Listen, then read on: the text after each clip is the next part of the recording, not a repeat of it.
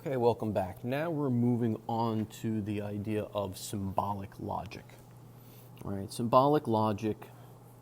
Where do I want to go with this? So with symbolic logic, basically what we do is that we have statements. All right, statements is a sentence that can be either true or false. And instead of having to write the statement over and over again, we represent the statements with letters, P's or Q's. We replace a lot of things in mathematics with variables. So as I just said, a statement is a sentence that is either true or false. So for instance, Samsung makes phones. That is a statement. All right. There's no arguing that. Samsung's a company, they make phones. The iPhone is the best phone on the market. That's not a statement. This is an opinion.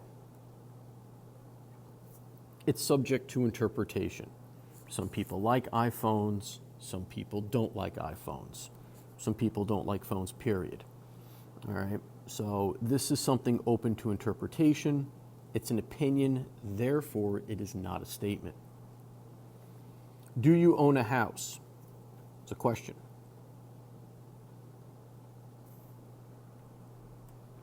Okay. So that's also not a statement. A car that retails for $2,500 marked down sold for $2,500. So if you look at this, all right, 2,500 marked down 10%.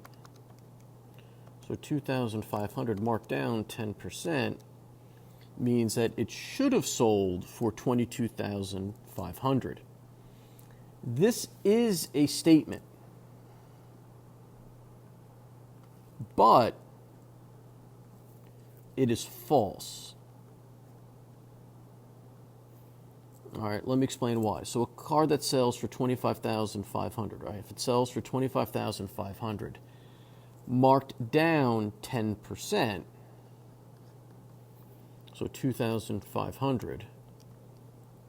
Sorry, 25,000. My bad. 25,000 marked down. 10% of that is 2,500. If you do the 2,000, if you do the 20, oh boy.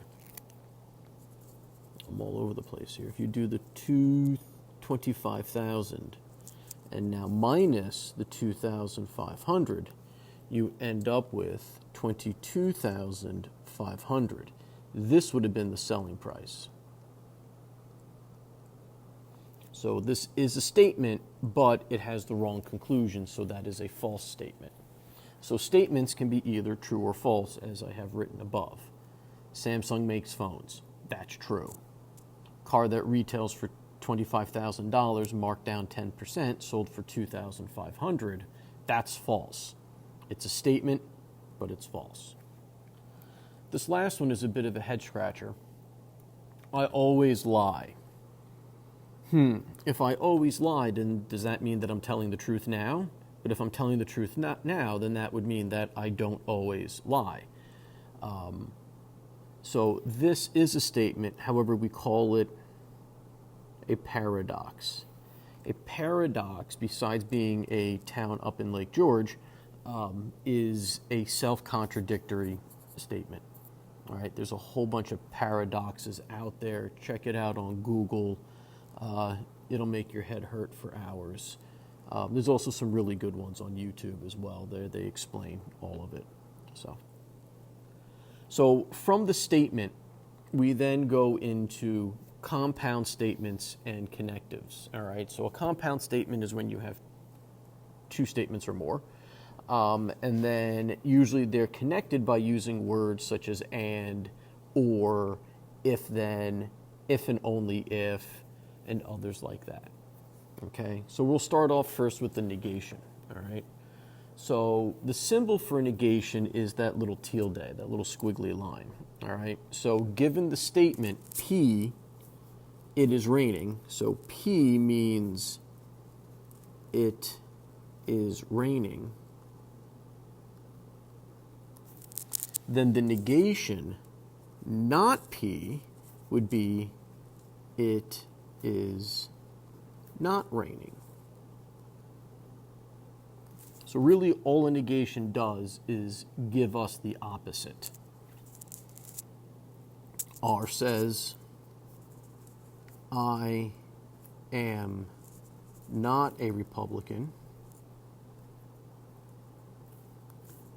Not R would be, I am a Republican.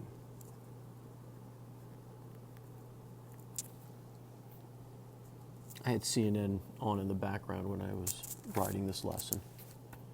None of these are necessarily true or false. It's just, sentences. So now this brings us to conjunctions and disjunctions. All right. So you have the caret, which means and. So if you have a caret, this thing here is called the caret. And then the V, which is or. Okay. So using symbolic logic, P says I teach at SCCC. Q says I am in the math department. So I teach at SCCC, that's a P. The word and becomes my caret. And then I'm in the math department, there's my Q. P and Q. I teach at SCCC, P, and caret, I am not in the math department.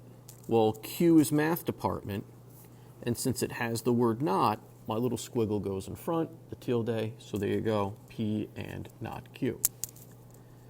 I do not teach at SCCC, so teaching at SCCC is P with a not, or, there's my V, I'm in the math department, Q. So we take all of these sentences and we rewrite them as letters with P's, carets, or V's with Q's. The whole reason behind this is because later on when we do truth tables, trying to find out the validity of an argument, doing everything with symbols is a lot more efficient. I'll show you what I'm talking about in the next video. But continuing on with conditionals and biconditionals. So the conditional is a statement meaning if then. So symbolically this is written with the arrow. So if P then Q is written as P arrow Q. P is the antecedent, Q is the consequent. At Mahonison, where I teach full-time, I teach calculus, and there's a couple really important formulas in calculus. One of them happens to be the mean value theorem, and a whole bunch of other theorems about continuity and everything else. And I've noticed in my career that since we stopped teaching logic, students have been having more and more difficulty understanding how conditional statements work and the implications there are. So for instance, if a function is differentiable, then it is continuous. And then when you start messing around with the contrapositive, the converse, and the inverse, all of that gets a little mired, and students have trouble determining whether or not they can apply certain functions in certain conditions, mainly because logic isn't taught to them, and then I end up trying to teach it to them in like 15 minutes, whereas you're getting it here all written out all at once. The biconditional are joined by the words if and only if. So symbolically, this is done with the double-headed arrow. So P if and only if Q is expressed as P double arrow Q. So we're sticking with the same P's and Q's from before about me teaching math and teaching at, me being in the math department and teaching at SUNY Schenectady. So if I teach at SCCC, P, if I do this, then my arrow, Q. I'm in the math department. If I am not in the math department, well, Q is my math department, and I'm not there anymore, Then, arrow, I do not teach at SCCC, not Q. I teach at SCCC, so I teach at SCCC, that's P. If and only if, there's my double-headed arrow, I'm not in the math department, not Q.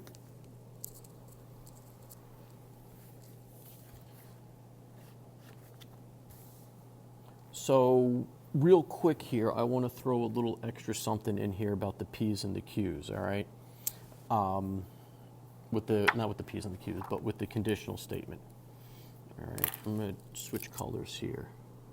So if we have P implies Q, this is our given statement. If you switch them, Q implies P, this is referred to as the converse. Just switching. Again, we're stemming everything off of the given statement. So P implies Q, switch them, you get the converse. P implies Q, if you negate both of them, not P implies not Q, this is called the inverse. And then the last one, if you switch and negate, not Q implies not P, this is the contrapositive. So given the statement, you have A, the converse, B, the inverse, or C, the contrapositive. So given this conditional statement, these are three other statements that can be created from it: the converse, the inverse, and the contrapositive. It should be noted the contrapositive and the given statement are the only two that are logically equivalent. Okay?